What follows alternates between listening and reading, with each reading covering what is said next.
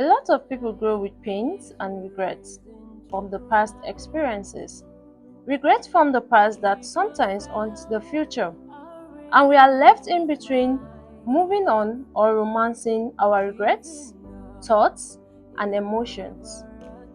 These regrets are sometimes reason why we fail to see the light at the end of the tunnel. On Elaborated TV Stories, I am Kehinde Mohammed. It gives you reason to cry. Give yourself a reason to smile. Giving up is never a choice. Welcome back. I would like to appreciate every one of you for your opinions and comments in the last story that was shared, and also your advice.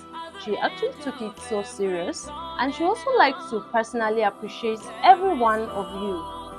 And as you all know, every week we bring more interesting and amazing true life stories your way. And one of the stories that was sent to our email will be shared today. Though a lot of stories were sent, but as you all know, we can only pick one of the story for the week. And the story that was shared is about past regrets. It's about a lady, like the way she narrated in the email. She said she would like to get your opinions on the possible step to take. She said back then, as a young lady, she was beautiful, young, and she said she was like every man's dream at that time. But along the line, she got admission and she was in school in one of the universities in Nigeria. And she said her dad was actually the one catering for everything, taking care of the bills and everything, and also taking care of the bills for her younger ones. And she said life was actually smooth. It was all she and her studies. But she said along the line, she lost her dad while in a year 2 in school. She lost her dad. And she said her mom at that time was just a normal petty trader that can't cater for everything in the family. The only thing she can actually take care of at that time was providing food for she and her younger ones. But she said paying her school fees was a big deal for her mom. So at that time, she said her friends now introduced her to a guy. And this guy's major job was, the guy was actually a 400 level student at that time. So she said her friend now introduced her to this guy, and his major job or occupation, as you all know, was more of trading girls to men. That is, he takes different girls from the campus, take them out to clubs at night, and in return he gets paid for it, and the girls in question will get their commission after they've provided sex to these men in question. She said at first when her friend introduced her, and the friend was like, if you really want to live the big girl lifestyle on campus, then this is what you should do, because this is what most girls in the campus do.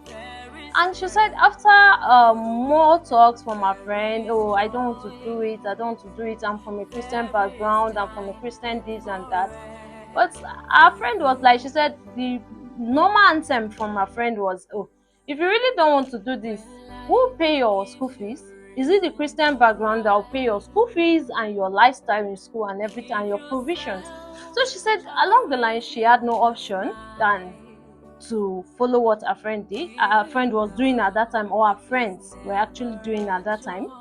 So her friend introduced her to this same guy, and from there introduced her to several men. So a lot of men, she had a lot of clients, a lot of men who had sex with her. But she said at that time it was not just that the first one she went, it was a big money, and after she saw the money, it was able to cover major of her bills, and from there she started going out with her friends, that is going to club, sleep with men, go out with. She said, and it was not just single guys; it was all kind of guys. That she go out with all kinds of guys, whether single, married, allergy, and the rest. That she does everything you could think of.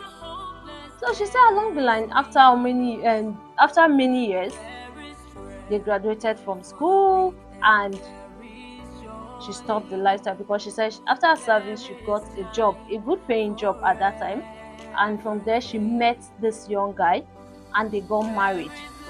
So after they got married, they had two kids and everything was moving smooth and everything was moving well for her and the family also. So she said one of those times, our husband now met her. It was like, okay, there's this my friend though that stays in so state. Will be coming back to our state. He got a job here, and he'll be staying here for the main time. That is at their place. And she felt okay. I've not met this friend because the husband told her he was not among his friends during their wedding. That's because of the distance and his job, so he couldn't attend the wedding. And she was like, okay, this is my husband's friend, and from what my husband said, he's actually his childhood friend. And she said she was very, very, very happy that yes, at least she's going to be meeting her husband's childhood and best friend. Lo and behold, the day came. He came from the States and one of the states in Nigeria. And when she saw him, she said she was shocked. That at that moment, it was just as if the ground should open and swallow her, because this is more like her past coming to meet her face to face, and there was nothing she could do and but to pretend. They greeted, and she said this her husband friend acted like he had never seen her before. And she, on the other hand, was actually trembling, and the husband was like, what happened? And she just had to bring the lie that, oh, I'm sick or something. So she said everything was moving smooth, and they acted like they don't know each other. And she said along the line, she's now started thinking that, okay, I mean, this guy doesn't even know who I am or something, or he has forgotten my face. But she said after some days, this guy now approached her. One of those days, her husband was out. He now approached her and he was like, oh, I know your face, but I just pretended like I don't know you because I don't want to break your marriage I don't want to break the bond between you and your husband. But if you want me to be silent, this is what you do. We'll continue from where we stopped. And she said, mind you, that then when this guy introduced her to several men, it's not as if he does it for free. No. Now, couple the fact that he takes his commission, that at the same time still sleeps with her, not just her, sleeps with the other girls introduced to men. And now she said this same guy is actually giving her a threat that if she doesn't sleep with him, is it that she sleeps with him or he tells the husband. But she, on the other hand, she has given her life to Christ. She said she has forgotten about her past ways, because why? That she met with Christ after school and God sent an angel in form of her husband to her, that everything is moving smooth. But the thing is, the only mistake she did was after she met her husband, she should have actually told the husband her past. But she said she was scared that most men don't want to face the truth. So she was thinking, okay, I'm actually praying to God for a faithful man. And now that I actually found one, would I not use my hand to scatter the relationship or marriage? So she said that was why she kept it a secret. And she also felt, okay, since I've actually prayed to God to forgive me of my sins, I believe He has also forgiven me of my past. So why should I even tell my present partner about my past deals?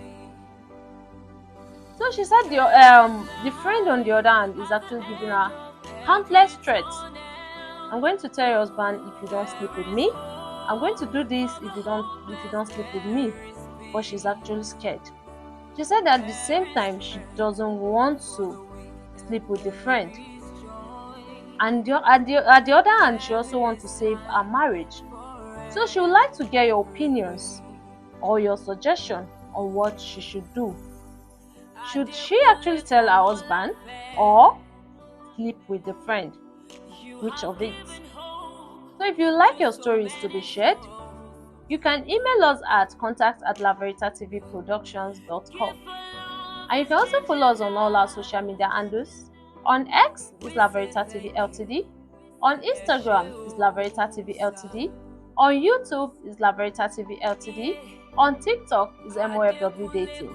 And you can also follow us on our Facebook handle, Adekunle Komolafe Foundation TV. That's all on Storytime with Kenny. I am Kende Mohammed. See you next time when I bring more amazing and true life stories Saved your way. hopes and many lives. Yeah, ẹ ṣé o, sá.